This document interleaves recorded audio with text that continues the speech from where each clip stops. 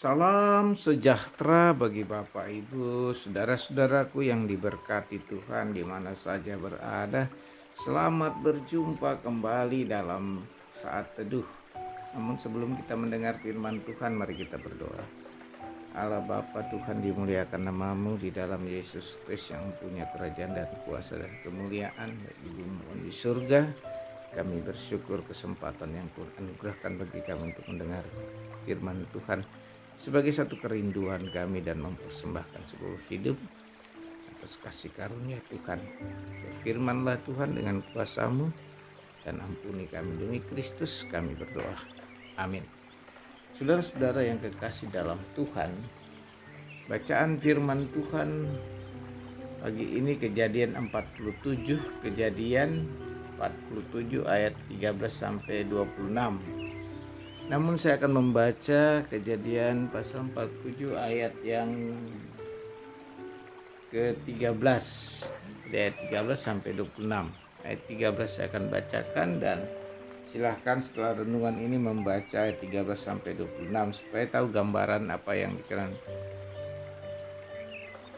firman Tuhan. Di seluruh negeri itu tidak ada makanan, sebab kelaparan itu sangat hebat, sehingga seisi tanah Mesir dan tanah Kanaan lemah lesu karena kelaparan itu. Amin. Nah, saudara-saudara yang kekasih, tema kita tidak memanfaatkan keadaan. Tidak memanfaatkan keadaan.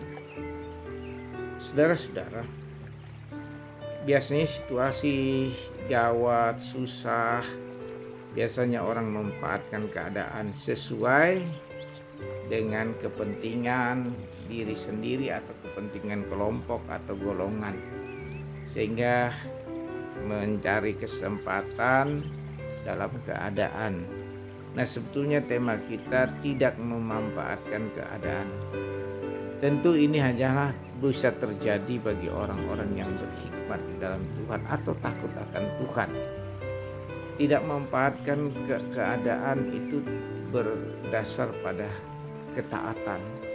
Standar hidup kita adalah taat dan setia kepada Tuhan. Ini yang harus kita miliki dulu. Apa yang dimiliki dirasakan oleh Yusuf dalam keadaan tanah Mesir dan tanah Kanaan yang berada dalam kelaparan. Ia bertindak dengan sikap hati-hati. Namun demikian, ia mengumpulkan uang kepada dari orang Mesir dan tanah Kanaan.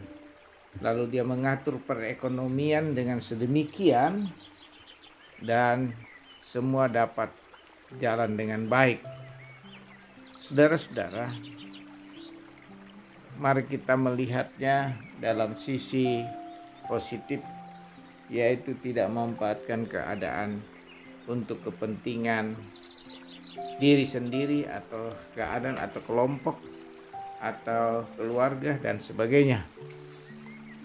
Nah, oleh karena itu kita perlu sebagai orang percaya memahami apa yang dilakukan Yusuf dengan tindakan dan sikap hidup, terus mengatur perekonomian. Karena itu bagi kita juga dari segi Yusuf bertindak dengan mengumpulkan uang dari orang Mesir dan lalu menukarnya dengan barang-barang yang ada. Semua diatur dengan baik sehingga kehidupan tetap berjalan normal sekalipun di tengah krisis. Nah, saudara-saudara, bagaimana dengan kita? Terkadang situasi seperti itu dimanfaatkan dengan tidak sewajarnya. Yang satu diuntungkan sedangkan yang lain dirugikan. Dan inilah yang perlu menjadi perhatian kita. Tidak memanfaatkan keadaan ini berbicara pada ketaatan, pada landasan hidup yang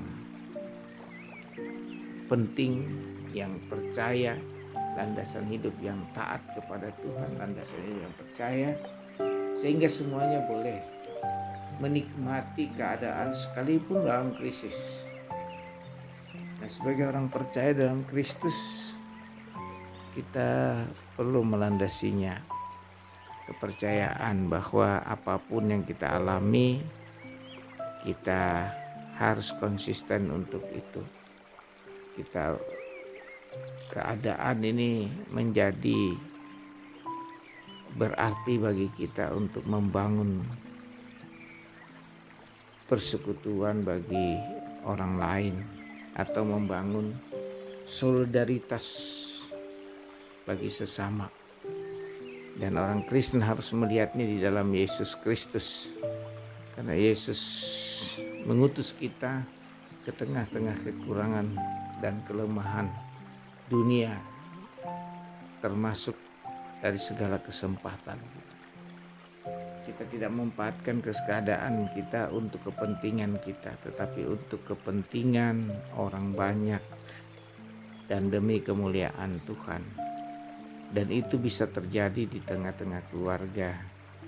Ketika kita mendapat sesuatu dan kita memanfaatkan bukan untuk diri kita, tapi untuk sesama kita. Biarlah hidup kita bermakna bagi orang lain. Dan kita terus memaknai kehidupan di dalam Tuhan. Nah, sebagaimana dalam 1 Korintus, janganlah seorang mencari keuntungannya sendiri, tetapi hendaklah tiap-tiap orang mencari keuntungan orang lain. Karena itu hidup dalam hikmat Tuhan akan mampu kita memandang kehidupan orang sebagai bagian dari kehidupan kita. Mari saudara-saudara, ketika keluarga kita berada di tengah-tengah masyarakat, di tengah-tengah tetangga kita tidak memanfaatkan keadaan untuk kepentingan keluarga kita, tetapi untuk di sekitar kita. Tuhan memberkati ya, hari ini terus menjadi berkat bagi kita di dalam Yesus Kristus. Karena kita diutus ke dalam dunia dan menjadi berkat bagi dunia di sekitar kita. Amin. Mari kita berdoa. Allah Bapa Tuhan, dimuliakan nama-Mu. Tuntunlah kami dengan kuasa Roh Kudus sehingga kami tidak memanfaatkan keadaan untuk kepentingan kehidupan pribadi, keluarga dan jemaat, tetapi untuk kepentingan bagi masyarakat banyak. Kemaslahatan orang banyak yang kami pikirkan di dalam Kristus. Pakailah kami penuh hikmat dan takut akan Tuhan. Demi Kristus Yesus kami berdoa, amin. Segala puji dan hormat hanya bagi-Mu. Terima kasih, amin. Terimalah berkat Tuhan. Tuhan memberkati engkau dan melindungi engkau. Tuhan menyinari engkau dengan wajah-Nya dan memberi engkau kasih karunia. Tuhan menghadapkan wajah-Nya kepadamu dan memberi engkau damai sejahtera. Haleluya. Amin. Sampai jumpa.